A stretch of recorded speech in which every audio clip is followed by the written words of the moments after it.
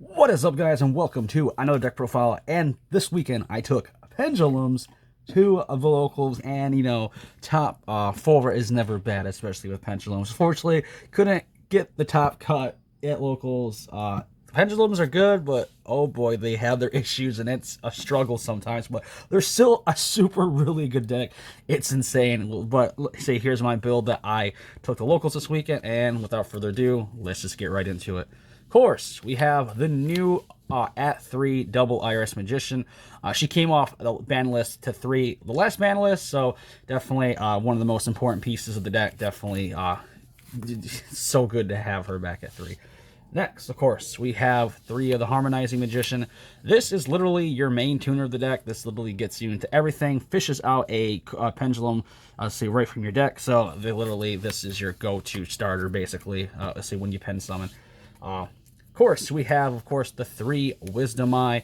He's your searcher for the deck. He literally gets you any scale that you want that you're missing. So either it be a low or a high, he can say has you covered for it. So Wisdom Eye, definitely 3 of. Next, we have the new 3 of that came off. 3 Performal Pal, Scruckleback Jokers. Mind the Common, my super rare, and hasn't come in yet. My 3rd one, so I don't know what happened to it. But yeah, so Mind the Common. But yeah, this is your main committed normal summon. He searches literally anything of the deck that you need. Like, he is insane. Like Scruckleback Joker is nuts. It's something we definitely needed back. We do run 2 Purple Poison. Purple Poison's really, really good because, it literally just pops anything, especially back row. This format definitely need back row popped. Yeah, Purple Poison is insane. We have also 2 Chronograph. I see a lot of builds cutting this card. Honestly, he's just still a free extender. I don't run his a little mage as Time Gazer because it's a brick, so we want to cut that down. But he becomes a free extender with himself, and he allows you to extend also from hand. So gets your combos going. 2 Oath. Oath is enough because it literally recycles anything from your graveyard in the extra deck, depending if he's in the pen zone or if he's summoned. So Oath is really, really good. Love Oath. Honestly, thought about maybe bumping up to 3. Another a bunch of 2 Oaths now after Oath and Celestial. Literally, your just go-to card. Celestial is actually really good. Like, it's insane. So 2 Celestial. Never came up as much as I thought it would, but it's not that bad. Performal Pendulum Sorcerer. This card is nuts. This is probably the main, again, one of the MVPs of the deck. Like, literally, it literally allows you to search literally everything from the deck, like your Scruckleback Jokers, tons, like literally anything. So he's like another great searcher for the deck. Now, a bunch of one-offs. We do run, of course, the now one of Astrograph Sorcerer. Love this card so much. Glad to have him back. He's not super good as he used to be because, Electromite is not is still banned. But he still comes in really handy. Then the other one we have 1 Dharma Eye, literally just in here because 1, he's a low scale, and 2, because he's a level 7. Dragon Pit and Zangshi Magician. This is kind of like our level 7 package we run, to get into Absolute and to go into your Odd Eyes Vortex. So that is our little level 7 engine. Next, we have the 2 honorary Pendulum cards. 2 Tuning Magician. Literally free extender, free summon from the deck. Like, literally helps with their health plays and everything else. So Tuning Magician, nuts. Our last monster, Scythe, didn't get touched, didn't get hit. We're going to use it. Shuts down literally every deck in this format. It's not fun. This is literally a don't play the game card. Our spells, we have, of course, the 3 Duelist Alliance. Searches everything in the deck, and it searches our searchers. So literally, we want as much consistency as possible with this deck. So 3 Duelist Alliance, insane. Love it so much.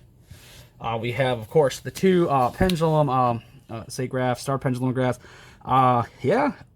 Literally protects all your spellcasters from targeting. From spells or effects. Then if a face-up pendulum card in your monster zone or pendulum zone, you can add a pendulum monster from your deck to your hand. So it's like a built-in searcher. So yeah, this is Star Pendulum Graphs, insane. We do run the 1 pen call. Don't really, it's just, I don't know. It's it's good, but it's only good if you there's so many ways to search it out. Like, it's only good if you it's alright, but it's nothing like you really need to brick yourself on. Now we run a bunch of power one-offs. We do want to extend a little bit in this deck, so we do run a Monster Reborn. Back row is insane, so we not only do we main Harpy's Feather Duster, we also side deck tons of basically your Twin Twisters and your Cosmics. So because my locals love back row decks for some reason. Again, Succession, just a free extender for the deck, and then Desires got hit to 1, so we run 1 Desires. Prosperity is a pretty dope card too as well. I mean, if you have that, you can run it as well, but I don't have Prosperities. I only run Desires, and Extravagance is way, way too risky. Then the only trap, we run 1 Time Pendulum Graph. Oh, pretty good. Love it. Nice. Time Pendulum Graph is actually one pretty good card. Like, it's highly underrated, in my opinion. For our extra deck, we run our OTK built-in machine, our Supreme King Dragon Dark Rebellion. Time Star Magician always comes in clutch. Tornado Dragon, like I said, back row, especially at my locals, is very prevalent right now, so insane. We do run the one Zeus. You can make them, so we blow everything up.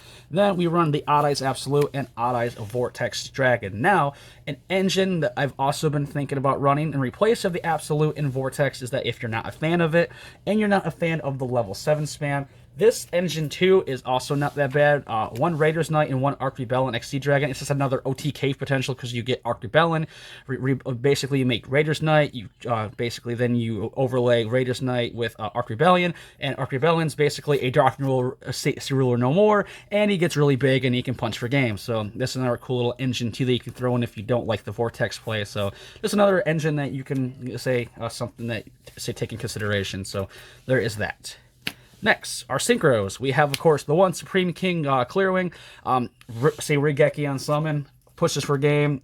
Yeah, it is pretty dope, and he burns, so pretty cool. Of course, we have the TG Wonder Magician to go into our, our level 10 play. 1 Borolo Savage because we can make them. And then if you have Baroness DeFleur, I would use her for sure, but I run a Nirvana Hide Paladin.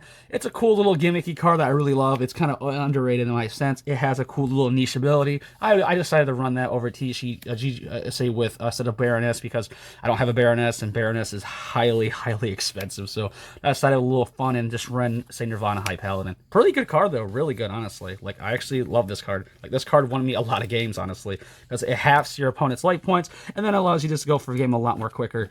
And yeah, it's pretty cool, and also allows you to recycle stuff from the graveyard. And it's just an overall cool card. Like, it's pretty cool. Link monsters now. Helk. So you remember when this card was a problem? It's pretty cool in Pendulums, though. Dagna, that's a problem card right now. Dagna is obviously with your, say, Scythe Lock. Artemis to link off to get stuff in the graveyard to go off and you don't use her effect. Appaloosa for your final board. And Selene as well.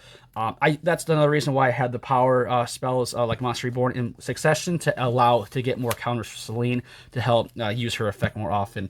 But yeah, that has been my updated top 4 local at Pendulum deck profile. Wanted to give it a test and test it out after new stuff got unbanned. So honestly, really love this deck. It's a super cool, fun, competitive deck.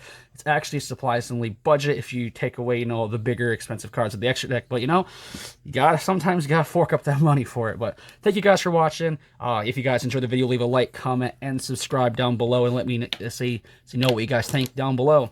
As always, stay safe and stay healthy. And until my next video, bye bye.